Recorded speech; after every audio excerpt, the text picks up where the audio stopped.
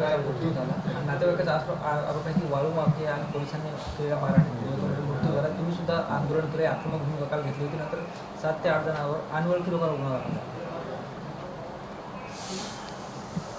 जी घटना वेरूळला झालेली आहे ती अतिशय दुर्दैवी भयावह घटना आहे. पोलिसी अत्याचार कसा असतो हे दाखवणारा हा प्रकार आहे. मी स्वतः काल या प्रकरणात जवळपास 5 तास होतो. पोलीस स्टेशनला गेलो, रस्त्यावर बसलो, नातेवाईकांशी भेटलो. एक शिक्षक जो मुख्याध्यापक आहे आणि चांगला शिक्षक आहे, गावाला घडवणारा, विद्यार्थ्यांना घडवणारा शिक्षक आहे, हा ज्या भागात राहतो त्या भागात रात्री काही गाड्या आल्या, त्याच्यात पोलीस होते, काही गुंड प्रवृत्तीचे लोक होते. हा शिक्षक कोणाचा अध्यात्म नसणारा आहे. यांनी फक्त पोलिसांना विचारलं कोणाकडे आलात आणि कशासाठी आलात एवढ्या रात्री. हे म्हटल्यावर पोलिसांनी आणि त्यांच्यासोबत असलेल्या गुंड प्रवृत्तीच्या लोकांनी, आता ते वाळू माफिया आहे, मी काय कोणाला ओळखत नाही, या सगळ्यांनी त्या शिक्षकाला एवढी बेदम मारहाण केली की त्या शिक्षकाचा मृत्यू झाला. आता पोलीस याला वेगळ्या पद्धतीनं तांत्रिक कारण देतात, मृत्यू अटॅकने आला. पण तो अटॅक का आला? मारहाण केल्यामुळं आला. बरं, आता लोक कोण होते तर स्पष्टपणे सांगायचं तर एक नागरगोजे नावाचे अधिकारी होते. आता ते कोणत्या पदावर मला नाही माहिती. त्याचा व्हिडिओ उपलब्ध, तो सांगतो की हां माझं नाव नागरगोजे आहे, असा तो स्वतः सांगतो. असा व्हिडिओ उपलब्ध आहे. वैजापूरमध्ये काही घटना घडली होती, त्याचा तपास करण्यासाठी पोलीस आले होते. मला वाटतं हे अशा पद्धतीनं तपास होतो मी पहिल्यांदाच बघितलं की तपास अधिकाऱ्यावर फिर्यादी होता. ठीक आहे, फिर्यादी कधी कधी असतो, पण फिर्यादी गुंड घेऊन होता सोबत. आणि मला असं वाटतं अशा पद्धतीनं एका शिक्षकांचा मृत्यू काल झाला. मृत्यू झाला रात्री 11:30 वाजता आणि काल संध्याकाळी 9 वाजता मोठ्या मुश्किलीनं थोडासा मायनर प्रकारचा गुन्हा दाखल झाला आहे. तोही होत नव्हता जर मी तिथं बसलो नसतो. मी मान्य DG साहेबांना बोललो, मान्य मुख्यमंत्र्यांनी फोन लावला, त्यांच्याशी मी आज बोलेल पुन्हा एकदा. SP साहेबांना बोललो, IG साहेबांना बोललो, मग मोठ्या मुश्किलीनं गुन्हा दाखल झाला. परंतु अजूनही हा गुन्हा पूर्णपणे परफेक्ट दाखल झाले नाही. पोलीस याच्यातले जे कोणी दुसरे पोलीस असेल यांना वाचवण्याचा पूर्ण प्रयत्न करतात. नागरगोजे नावाचे वैजापूरचे अधिकारी. बरं, आता हे नागरगोजे तिकडे आलेले रेकॉर्डवर आहे वेरूळला. कारण मी वैजापूर ज्यांचे प्रमुख आहे, हेड आहेत, असे जे PI आहेत त्यांच्याशी पण मी संपर्क साधला. त्यांनी मला या सगळ्या गोष्टी सांगितल्या की नागरगोजे अशा तपासाला गेले होते, त्याच्याबरोबर हे अंमलदार होते. रेकॉर्डवर आहे, म्हणजे नागरगोजे तिथे आले, क्लिअर आहे. नागरगोजेबरोबर फिर्यादी कोण होता आहे तिकडच्या केसमधला तो आहे, क्लिअर आहे. त्याच्याबरोबर किती लोक आहे हे क्लिअर आहे. असं असतानाही पोलीस अननोन लोकांवर गुन्हा दाखल करतात, नाव सगळं माहिती असताना. पहिली गोष्ट ते त्यांना वाचवत होते. काल मला जी माहिती मिळाली की जिथं पोस्टमॉर्टम होतं तिथं SPचं जायचं काय काम? SPचं काय काम? SP का कोणाला वाचवतात हा माझा प्रश्न. SP नवीन आले, मोठा हा संभाजीनगर जिल्हा आहे, रजाकाराला घरी पाठवणार आहे. त्यामुळे SP काही इथं मोजायची काही फार गरज नाही आम्हाला. ठीक आहे, SP एक यंत्रणा आहे, पण अशा पद्धतीनं पोलीस गुन्हेगार, पोलिसी गुन्हेगार, अशा पद्धतीने पोलिसी गुंड, याचं एक उदाहरण इथं दिसलेलं आहे.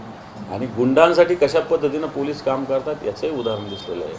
आणि एका सामान्य शिक्षकाचा बळी कसा घेतला जातो याचंही उदाहरण दिसलेलं आहे. वाटतं निश्चित या विषयात माननीय मुख्यमंत्री महोदय असतील, माननीय DG साहेब असतील, या सगळ्याची IG असतील, यांच्याशी सगळ्यांना मी नक्की भेटेल आणि या दुर्दैवी कुटुंबाला न्याय मिळवून देण्याचा प्रयत्न करेल. गणेश नाईक असं म्हणतात की प्रत्येक खात्यात काही प्रमाणात नालायकपणा असतो. काही राजकारणी सुद्धा त्याला अपवाद नाही, राजकारणी सुद्धा नालायक आहेत. सगळी राजकारणी काही शुद्ध दुधासारखी नाही. खरं बोलले गणेश नाईक साहेब, पॅच शूट बोलले. गणेश नाईक साहेब असं कधी कधी बोलत असतात, परंतु असे जे नालायक आहे त्यांना काही नीट ते करत नाही, नुसतं बोलतात त्यांच्याविषयी, एवढं नक्की. काँग्रेसकडून मुख्यमंत्री पदाची ऑफर होती असं भुजबळ म्हणतात. अनेकांनी मला फोन केले पण मी नकार दिला. पवार साहेबांसोबत राहणार आहे असं सांगितलं. आता भुजबळांना सगळं आठवतंय. पवार साहेबांसोबत तरी कुठे आहेत आता भुजबळ साहेब? भुजबळ साहेब हे पवार साहेबांसोबत सुद्धा नाही, पवार साहेबांना त्यांनी सोडलेलंच आहे. आता मी काही फार भुजबळ साहेब हे ज्येष्ठ नेते त्यामुळं बाकी फार जास्त शब्द कडवट वापरणार नाही, पण भुजबळांनी पवारांना सुद्धा सोडलेलंच आहे. आता बोलण्यात काही अर्थ नाही. स्वतःच्या पुतण्याला मिनिस्ट्री नाही दिली, स्वतःला खासदारकीने म्हटलं, त्याच्यामुळे या सगळ्या गोष्टी बाहेर येतात. नाही तर ते काय बोलत होते. शरद पवारांच्या राष्ट्रवादीकडून काँग्रेसला विलिनीकरणाचा प्रस्ताव अशी माहिती आहे. मात्र शशिकांत शिंदे आणि सुप्रिया सुळेंनी ही चर्चा फेटाळली. हे बाई, हे मीडियाच्या चर्चा होत असतात. ममता जाणार, NCP जाणार, याला काही अर्थ नाही. ज्याच्या त्याच्या पक्षाचं अस्तित्व असतं. ठीक आहे, काँग्रेसबरोबर अलायन्स या पक्षाची आहे, होईल, आणखी मजबूत होईल, पण अशा पद्धतीनं कुठं विलय होईल असं काही कुठं वाटत नाही. शरद पवारांच्या राष्ट्रवादीचे 3 आमदार जे आहेत ते रवींद्र चव्हाण यांना भेटले. आता भेटीगाठी सगळ्यांशी होतात, म्हणून काही अर्थ लावणं चूक आहे. काल जे धनंजय मुंडेच्या वक्तव्य समोर आले, टीममध्ये कार्यकर्ते 12वा खेळाडू असतात, आपला नंबर कधी लागेल याची कार्यकर्ते वाट बघत असतात, असं धनंजय मुंडे म्हणाले. ते असे माहिती कायम 12वा खेळाडू राहणार याची मला जाणीव आहे. 12वा खेळाडूला कामगिरी चांगलीच करावी लागते. 12वा खेळाडू म्हणजे काय सबस्टिट्यूट नसतो. 12वा खेळाडू 11 खेळाडूच्या ताकदीचाच असतो. धनंजय मुंडेंचं जे कर्तृत्व गाजवलेलं आहे, ज्या पद्धतीनं त्यांनी निरपराध लोकांच्या प्रकरणात ते सहभागी आहे, ते पाहिलं तर ते 16मध्ये सुद्धा लागू नये त्यांनी, अशा प्रकारची स्थिती आहे. 12 तर फार लांब. आज रोहित पवारांचं अन्नत्याग आंदोलन आहे. हे चांगला विषय घेतला त्यांनी. शुभेच्छा आंदोलनाला.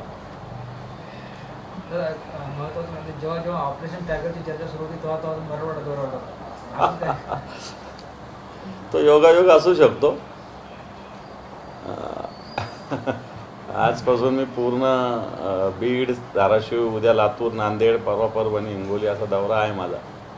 माझ्याकडे संघटनेची जबाबदारी आहे. महिन्याला 1 राऊंड मी सगळ्या जिल्ह्यात मारत असतो.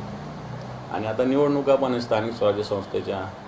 संघटनात्मक काम, जनगणना, हे SIR चालू आहे, त्याच्याविषयी संघटनेमध्ये सुद्धा वेगळ्या पद्धतीनं काम करणं, हे सगळे विषय संघटनात्मक आहे. मला असं वाटतं तुम्ही म्हणता तो आणि हा एक योगायोग असू शकतो. लातूरमध्ये एक महिलेचा व्हिडिओ व्हायरल झाला होता, फोटो होता, त्याच्यामध्ये अवचाला त्या महिलेला झुकलेलं होतं.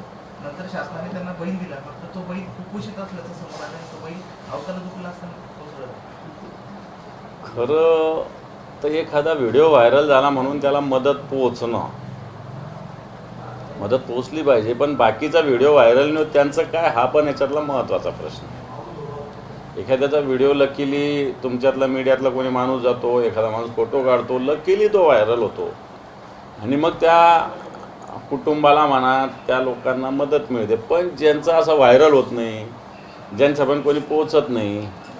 आता काल जळगावचे असं छोटे छोटे 2 पोरं, एक मुलगा आणि एक मुलगी एका आईनं झुंपलेली आहे.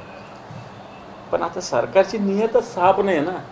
सरकारच चांगलं असतं तर अशा गोष्टी झाल्याच नसत्या. मग सरकारच्या योजना आहे, कृषी विभाग आता देतो तर आधी का नाही दिलं कृषी विभागाने? ज्याला गरज आहे त्याला का बैल नाही मिळाली कृषी विभागाकडून? हा पण प्रश्न आहे ना. संभाजीनगर ZPCOच्या बंगल्यावरचे कामं कागदोपत्री दाखवली आणि पैसे उचलले. बांधकाम विभागाचं हे सगळं यापूर्वी जिल्हा परिषदेच्या बांधकामविषयी मी तर बोलतो, पण माझ्यापेक्षा सत्ताधारी पक्षाचेच आमदार काल प्रशांत बंब यांनी त्याचं पूर्ण पोस्टमार्टम केलेलं आहे. आता मी बोललो तर मी विरोधी पक्षाचा अशा पद्धतीनं म्हणाल कोणी, मी आरोपच करतो असं म्हणेल, पण सत्ताधारी पक्षाच्या आमदारांनीच जिल्हा परिषदेच्या या कामकाजाची चीरफाड केलेली आहे. आणि मला असं वाटतं जिल्हा परिषद हा भ्रष्टाचाराचा मोठा अड्डा बनलेला आहे.